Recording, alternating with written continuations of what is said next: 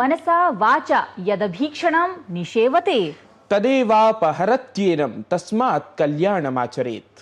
समाज कल्याणार्थं किं च आत्मनः उत्थानार्थं स्वकर्मभिः विचारैः वचनैः वा विविध विषयेषु अभ्यासरताः प्रियाः वार्तावली समीक्षकाः।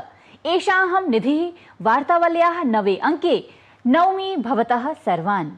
कल्याणदां सौभाग्यदां सुविचारावलीं मनसि संधार्य एषः अहं गवीषद् द्विवेदी अपि नमस्करोमि सकल दर्शकवृन्दान्।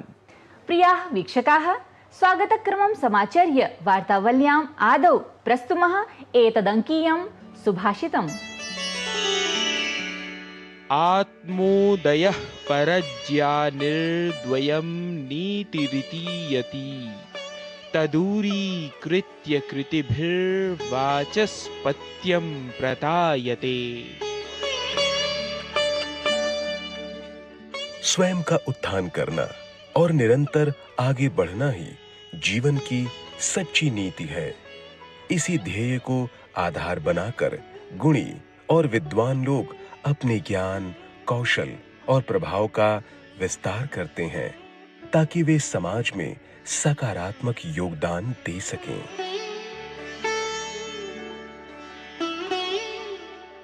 Uplifting oneself and constantly moving forward is the true philosophy of life. Guided by this objective, virtuous and learned individuals expand their knowledge, skills, and influence so that they can make a positive contribution to society. सुष्ठु सुभाषितम्। आत्मोत्थानेन सह राष्ट्रोत्थानं प्रति सततं संलग्नैः भवितव्यम् अस्माभिः अपि। नूनं दर्शकाः, परिवर्तनशीलः भवति कालः। प्रतिक्षणं च परिवर्तमाने काले नैकाः घटनाः जायन्ते। ताभ्यः एव काश्चन चिताः समसामयिकवार्ताः प्रस्तूयन्ते अत्र प्रवाहमयस्वरेण। प्रधानमंत्री नरेंद्र मोदी दिल्ली स्थितस्य भारतीय प्रौद्योगिकी संस्थानस्य 57तमे दीक्षांत समारोहे अभवत् सम्मिलितः। उपाधि प्राप्तवतः 3,000 छात्रान् सम्बोध्य असौ परम प्रज्ञा इत्याख्यस्य संगणक विशेषस्य कृतवान् उद्घाटनम्। 12 राष्ट्रीय हस्तशिल्प दिवसावसरे राष्ट्रपतिपदासीना द्रौपदी मुर्मुवर्या उत्कृष्ट तन्तुवायेभ्यः संत कबीर हस्तशिल्प पुरस्कारान् अथ राष्ट्रीय हस्तशिल्प पुरस्कारान् प्रदत्तवती। झारखंड राज्ये आंदोलनकारी छात्राणां हेमंत प्रशासनेन सह अभवत् औपचारिकी वार्ता। छात्रैः स्पष्टं कृतम्, अभियाचनानां पूर्तेः अनन्तरमेव समाप्तं भविष्यति आन्दोलनम्। स्पेन इटली इत्यनयोः देशयोः मिथः सीमा विवादः वर्धमानः अस्ति। इटली देशतः आगन्तृषु स्पेन देशेन अपि अस्थायिरूपेण अवरोधः कृतः। इटली देशेन तु पूर्वमेव स्पेन देशाय सीमा पिहिता आसीत्। ग्लास्गो इत्यत्र अभवत् राष्ट्रमण्डल क्रीडानां भव्यं समापनम्। 33-द्विसहस्राब्दस्य शताब्दिकसंस्करणस्य आयोजनाय अहमदाबाद नगरेण गृहीतम् आतिथ्यदायित्वम्। ऐषमः 13 स्वर्णपदकैः सह 39 पदकानि विजित्य भारतं चतुर्थस्थानं समार्जयत्। दर्शकाः, अस्माकं संस्कृतिः वस्तुतः प्रवहमाना वैचारिकी गङ्गा अस्ति। एतामेव संस्कृतिं सम्पोषयन्ति नैकानि ऐतिहासिकस्थलानि, यानि सत्पुरुषाणां वचनैः आप्लावितानि सन्ति। सत्यं कथितं भवता। अस्माकं प्राचीना ज्ञानपरम्परा इतिहासस्य पृष्ठभूमिः एव न, प्रत्युत जीवतः रिक्थस्य प्राणभूता आधारशिला च अस्ति। सत्यमेव। यूनेस्को संस्थया अनतिचिरमेव भारतीय ज्ञानपरम्परायाः सत्प्रभावम् अभिज्ञाय वाराणस्याः सारनाथस्य बौद्धस्थलाय वैश्विकी मान्यता प्रदत्ता अस्ति। अनुशीलयामः तावत् सारनाथ बौद्धस्थलाधृतं वृत्तविशेषम् अत्र।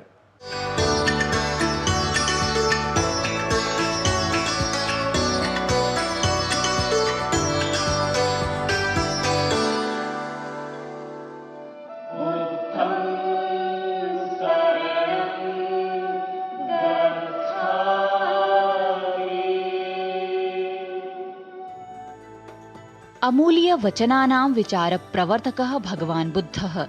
तस्यैव आप्तप्रेरकवचनानि जगति मानवेभ्यः सन्ति प्रसृतानि।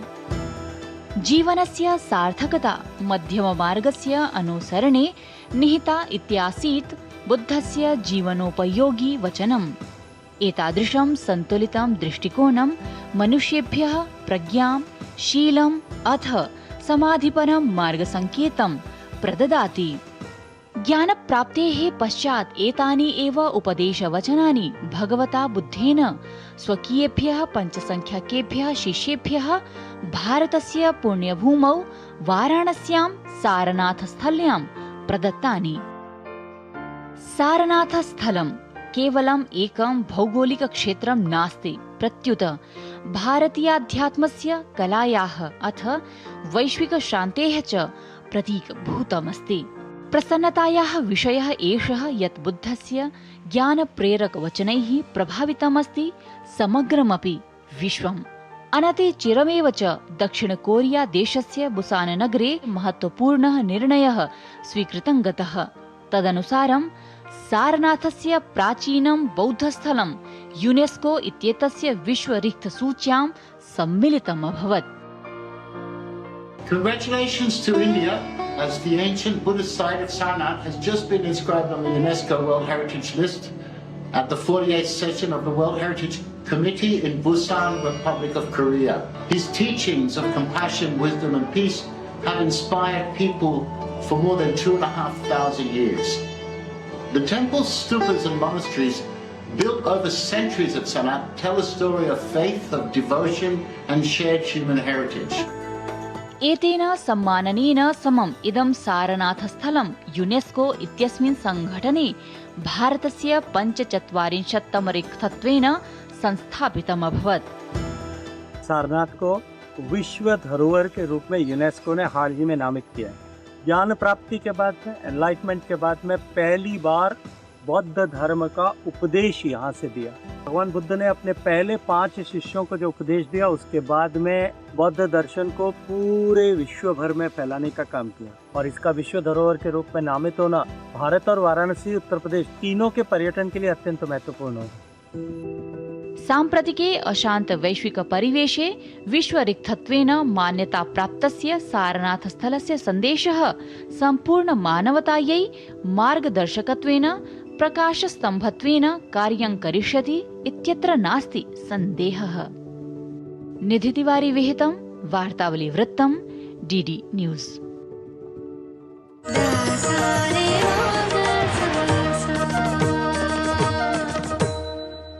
बेमौसम बारिश, आंधी और तूफान की चिंता भूल जाओ, फसल बीमा कराओ, सुरक्षा कवच पाओ। प्राकृतिक आपदा हो या कोई दुर्घटना, उसकी चिंता से भी मुक्ति पाओ।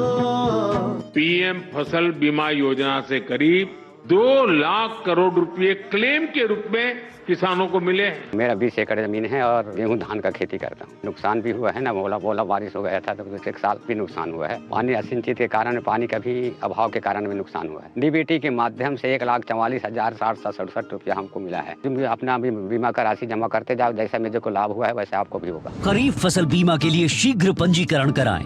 बैंक शाखा, बीमा कंपनी, कृषि ऋण समिति, जन सेवा केंद्र से संपर्क करें। फसल बीमा से संबंधित जानकारी के लिए हेल्पलाइन नंबर 14447 पर कॉल करें। फसल बीमा कराओ, सुरक्षा कवच पाओ।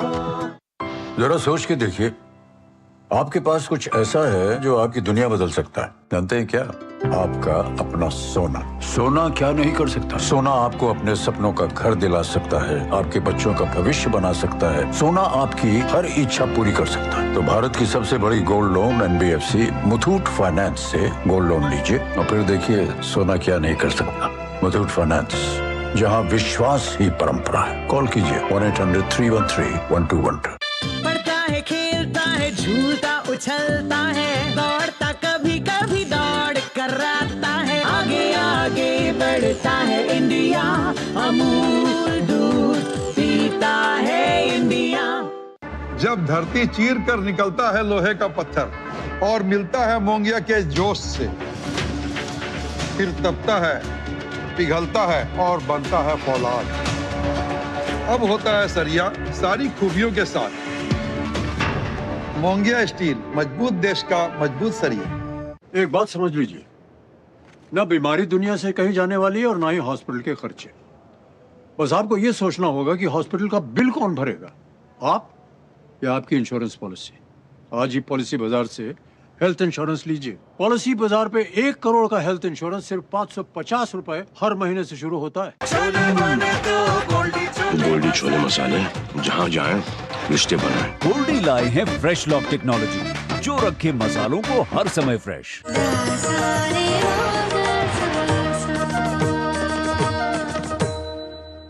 उपनिषद ग्रन्थाः तादृशाः ज्ञानपुञ्जाः सन्ति यैः ब्रह्मज्ञानं सर्वेभ्यः प्रदर्शितम्। देशविदेशेषु उपनिषदाम् अध्ययनं भवति इति तु जानीमः एव वयम्। विविध देशेषु तत्तद्भाषासु अनुदिताः सन्ति उपनिषदः। एतस्मिन् एव क्रमे स्लोवाक् भाषायाम् अपि जातम् उपनिषदाम् अनुवादकार्यम्।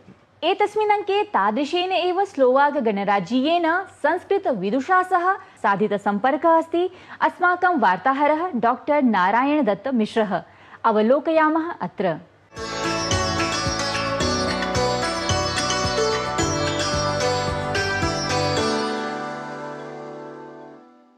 नमो नमः वार्तावलीयेभ्यः दर्शकेभ्यः।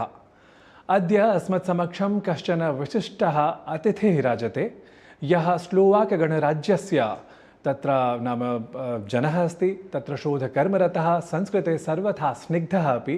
स्वयं प्रधानमन्त्रिणा नरेन्द्रमोदिना अपि असौ श्लाघितः। असौ अस्ति अद्य अस्मत्समक्षम् उपस्थितः डॉक्टर रॉबर्ट महोदयः। नमस्ते महोदय। अत्र भवतः सर्वादौ तु अहं स्वागतं करोमि। अथ सर्वादौ अहं ज्ञातुम् इच्छामि यत् यदा अस्मदीयप्रधानमन्त्रिणा नरेन्द्रमोदिना सर्वप्रथमं भवतः नाम स्मृतमासीत्, यत् कथमिव भवान् उपनिषदां तत्र अनुवादकार्यं कृतवान्, ततः नाम अचिरादेव भवन्तं मिलितवान् अपि। तर्हि कथम् अनुभूतवान् भवान्? अहं संस्कृतम् अवगच्छामि, परन्तु संस्कृतभाषामध्येन सर्वं वक्तुं न शक्नोमि। एवं चिन्ता नास्ति, आङ्ग्लमाध्यमेन अपि भवान् वक्तुमर्हति। आङ्ग्लभाषायां वदिष्यामि। कृपया। Of course, it was a great honor to meet the Prime Minister of India, and that he praised my work. My translation of the Upanishads is primarily meant for the Slovak audience, but quite unexpectedly, it has taken a new life in the cultural relations between Slovakia and India. I didn't anticipate it in the beginning, but I feel really honored that I can play a part in this. तर्हि नाम उपनिषदां गूढतत्त्वानि यानि भवन्ति, दार्शनिकतत्त्वानि, रहस्यानि वा संस्कृतमाध्यमेन सर्वथा नाम विस्तृतानि भवन्ति। Slovak भाषायाम् अनुवादः यः भवता कृतः उपनिषदां, तत्र आह्वानानि कानि अनुभूतानि भवता? In my translation, I decided to follow the interpretation of Adi Shankaracharya. In this way, the texts offer a homogeneous philosophical interpretation. Of course, I faced various challenges in translating the texts. Slovak and Sanskrit are two very different languages. They are very far from each other. And of course, it is not just a matter of equivalence. For example, there are certain words which are very difficult to translate or are untranslatable. For example, such as the most important philosophical terms as Atma and Brahma. So I decided to leave these words untranslated in the texts. मन्ये बहवः तथा एवं विधा आत्मा यथा शब्दः परमात्मा वा तथा विधा अन्येऽपि शब्दाः भवता नाम चिताः स्युः, भवान् अत्र वक्तुं शक्नोति यत् तथा विधा अन्ये के शब्दाः एवं विधाः एव येषाम् अनुवादः सर्वथा न शक्यः इति? Yes, there are also other words, like for example prana or purusha, which are very difficult to translate, or they are not they are actually untranslatable, or they have to be translated in a descriptive way because otherwise they lose the meaning. But it's not only a problem of equivalence, as I say. The problem is also on the level of sentence, because the sentence structure in Sanskrit and in modern Slovak is very, very different. One can see it also, for example, when translating the so-called nominal sentences in Sanskrit. It means that a sentence in European languages has always the structure that is of a subject and predicate. And in Sanskrit this may not be the case. We can have a sentence which is formed by two nouns, and we can translate the nouns of actually the words in the sentence in both ways, so they can change the positions. And this is also a very big challenge, and one can see it also in translations of the Upanishads, for example, in English. There is a statement from the Brihadaranyaka Upanishad, Vag vai Brahma, and some translation translate the sentence as speech indeed is Brahma, and others Brahman indeed is speech. And in just this little difference actually makes different philosophical statements. यथा शब्दानाम् अनुवादक्रमे स्लोवाक् भाषायां तथाविधाः शब्दाः कथम् अनूदिताः, यथा संस्कृतभाषायां यथा वाग्वै ब्रह्म इति अस्ति, तर्हि स्लोवाक् भाषायां कः अनुवादः भवता कृतः? अहं नाम दर्शकाः मन्ये ज्ञातुं तत्र इच्छुकाः भवेयुः यत् कथं स्लोवाक् भाषायाम् एतस्य अनुवादः भवति. So the sentence Vak vai Brahma would be translated as Reč je v skutku Brahma. Brahma is not translated there. तत्र अनुवादयोग्यं. Yeah, that's untranslatable in the sentence. एवं. तर्हि सत्यमेव जयते एतस्य अनुवादः कः भवितुमर्हति? यतोहि उपनिषदः एव नाम सूक्तिः एषा. Satyameva Jayate is a very difficult sentence to translate. Because even in English, you translate that the truth will prevail, or something like that. But it's very interesting that Shankaracharya himself in the commentary gives a different interpretation to this sentence. He says that the truth itself cannot win, because there is this Jayata or Jayati, depends on the interpretation. So he says is the truthful person, the person who speaks truth, that person will prevail. So in this conventional translation we can say Pravda zvíťazí in Slovak. एवं. तर्हि एवम् अनुवादक्रमे नाम काठिन्यम् अनुभूयते. तर्हि संस्कृतस्य अर्थावगमनाय कदाचित् सहायता अपि भवता स्वीकृता कस्यचित् भारतीयस्य अथवा संस्कृतविज्ञस्य कस्यचित्? I have previously studied Sanskrit also in India, a little bit from traditional scholars, so I do have also a little training in this way. कुत्र अधीतवान् भवान् सर्वदा संस्कृतं? वृन्दावने. अस्तु, बहु सम्यक्. तर्हि ततः नाम शोधादिकमपि संस्कृते किमपि विहितवान् भवान्? I studied at the Jiva Institute, अस्तु, which is run by Dr. Satyanarayan Das. ततः संस्कृतं कथम् अधीतवान्? साक्षात् संस्कृतम् अधीतवान् वा? I studied traditional grammar. भवता उपनिषदाम् अनुवादः विहितः.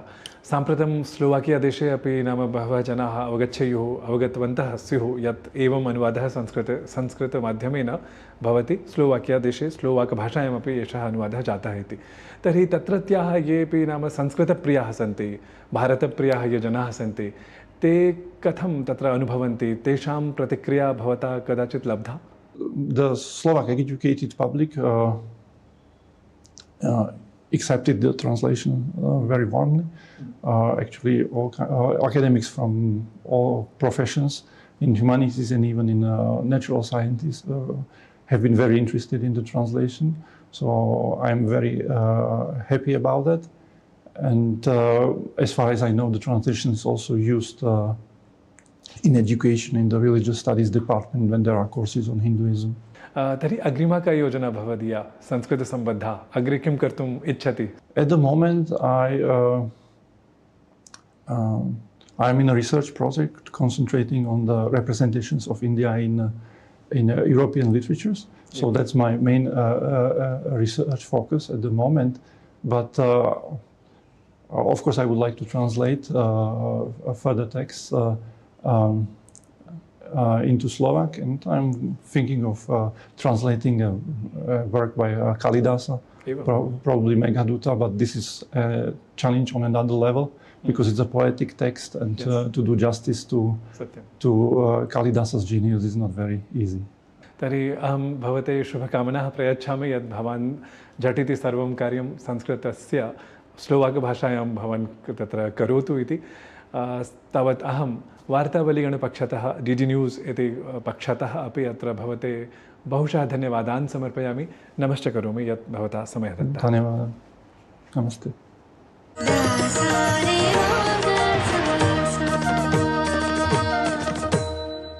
छोटे सच बोल, तूने ये फोटोशॉप किया है ना? क्या भैया, कुछ भी। तू कॉलेज में भी ऐसे ही मार्कशीट एडिट करके पापा को दिखाया करता था। भैया मैं अपने खुद के घर का बिजली का बिल क्यों फोटोशॉप करूंगा? तो फिर ये जीरो बिल पॉसिबल कैसे?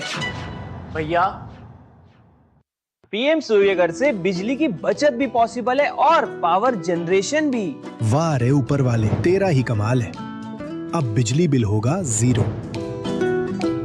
पीएम सूर्यघर मुफ्त बिजली योजना, हर घर सूर्यघर। ओ हरि भैया, अरे वाह, खेतों में कौन सी फसल लगाए हो? 12 महीने कमा कर दे ऐसी फसल। क्या? मैंने नया व्यवसाय शुरू किया है। उसके लिए पैसे? इसमें किसी निवेश की जरूरत ही नहीं। अच्छा मुखिया जी। अरे मुखिया जी नमस्ते। अरे हरी, कब आ रहे हो? आप बस चलिए, मैं पहुंचता हूँ। अब मैं LIC एजेंट हूँ। LIC एजेंट बनो, अब बड़ा सोचो। हमारी वेबसाइट पर जाएं या अपनी नजदीकी LIC शाखा से संपर्क करें। जरा सोच के देखिए, आपके पास कुछ ऐसा है जो आपकी दुनिया बदल सकता है। जानते हैं क्या? आपका अपना सोना। सोना क्या नहीं कर सकता? सोना आपको अपने सपनों का घर दिला सकता है, आपके बच्चों का भविष्य बना सकता है। सोना आपकी हर इच्छा पूरी कर सकता है। तो भारत की सबसे बड़ी gold loan NBFC Muthoot finance से गोल्ड लोन लीजिए और फिर देखिए सोना क्या नहीं कर सकता। मुथूट फाइनेंस, जहाँ विश्वास ही परंपरा है। कॉल कीजिए 1-800-313-1212। अरे निखिल कहाँ चला गया? इधर ही था। लो आ गया। वहाँ क्यों बैठा था निखिल? बैंक अकाउंट ओपन करने। यहाँ? बिल्कुल। अब कहीं भी कभी भी वीडियो कॉल के जरिए आप अपने जरूरी सरकारी डॉक्यूमेंट के साथ बैंक अकाउंट ओपन कर सकते हैं। Thank you. है ना आसान? RBI कहता है जानकार बनिए, सतर्क रहिए। काम रुकना नहीं चाहिए, पर खुजली रुकनी चाहिए। इसलिए सपा डॉक्टर स्किन लोशन, काम चालू खुजली बंद। 128 सालों से दांत का आखिरी इलाज। गोल्डी छोले मसाले, जहाँ जाएं रिश्ते बनाएं। गोल्डी लाए हैं फ्रेश लॉक टेक्नोलॉजी, जो रखे मसालों को हर समय फ्रेश।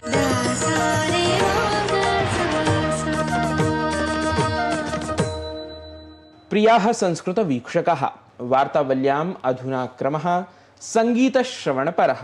तदर्थं वार्तावल्यां सङ्कल्पितं संस्कृतसङ्गीतनिर्झरिक्रमं प्रविशामः। महिम्नः पारन्ते परमविदुषो यत् सदृशी स्तुतिर्ब्रह्मादीनामपि तदवसन्नास्त्वयि गिरः।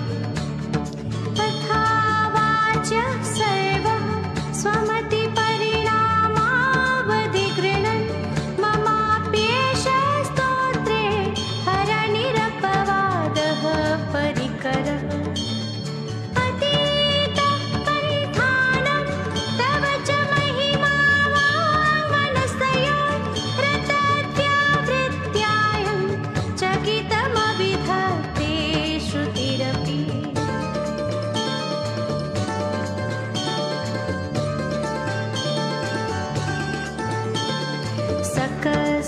स्तोतव्य कतिविधगुणः कस्य विषय पदे त्वर्वाचीने पतति न मनः कस्य न वच।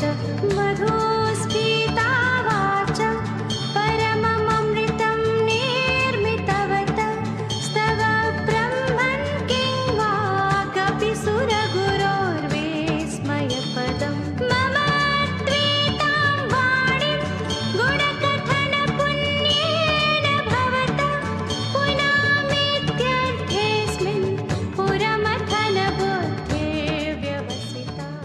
शिवत्वम् अनुभूय सम्प्रति कार्यक्रमः एषः अवसानकालम् इंगयति। दर्शकाः के सन्ति एतदङ्कीयाः अनुभवाः? काः च सन्ति भवदीयाः प्रतिक्रियाः? कृपया प्रदर्श्यमानेषु सङ्केतस्थलेषु अवश्यं प्रेषयन्तु। अस्तु, आगामिनि अंके पुनरपि भविष्यति मेलनम्।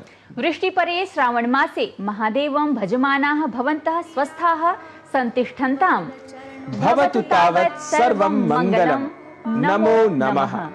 असितगिरिसमं स्यात् कज्जलं सिन्धुपात्रे सुरतरुवरशाखा लेखनी पत्रमूर्वी लिखति यदि गृहीत्वा शारदा सर्वकालं तदपि तव गुणानामीश पारं न याति।